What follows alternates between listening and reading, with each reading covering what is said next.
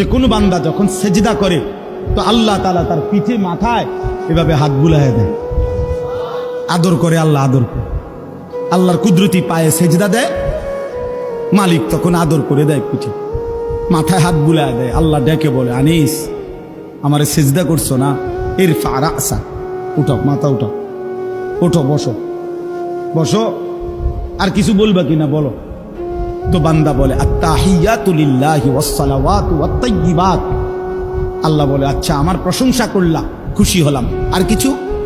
আল্লাহুম্মা সাল্লি আলা মুহাম্মদ ওয়া আলা আলি মুহাম্মদ।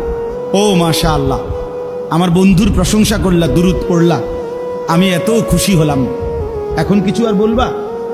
তো বান্দা বলে, আল্লাহ সেজদা দিয়ে আপনার কাছে আসলাম, আপনার প্রশংসা করলাম, আপনার বন্ধুর দুরূদ পড়লাম, একটা উদ্দেশ্য আছে, মাকসাদ আছে। কি মাকসাদ, কি উদ্দেশ্য? আল্লাহুম্মা ইন্নী যালামতু নাফসি যুলমান কাসীরা। আয় মাওলা, আমি বড় নাফরমান মাওলা, আমার গুনাহ অনেক বেশি মাওলা, আর আমি জানি ওয়ালা ইয়াগফিরু যুনুবা ইল্লা আনতা, আপনি ছাড়া আর মাফ করার কেউ নাই। এই জন্য আপনার এত কাছে আসলাম, আপনার স্পর্শ পেলাম, আপনার বড় আকরাব ঘনিষ্ঠ হলাম।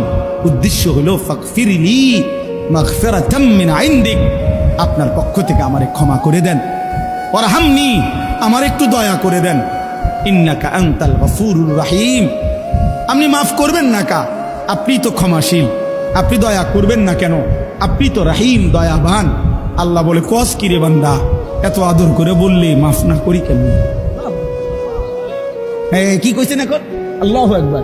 এই জন্য বান্দা যখন সালাম ফিরায় এই ডানে বামে, তখন এই একবার কি করে আল্লাহু আকবার, অর্থাৎ উদ্দেশ্য হলো সে সালাম ফিরাইয়াই আল্লাহু আকবার বলে, অর্থ বলে আর মানুষের জানায়, ভাই সাহেব আল্লাহ বহুত বড় মহান, উনি আমার মাফ করে দিচ্ছেন।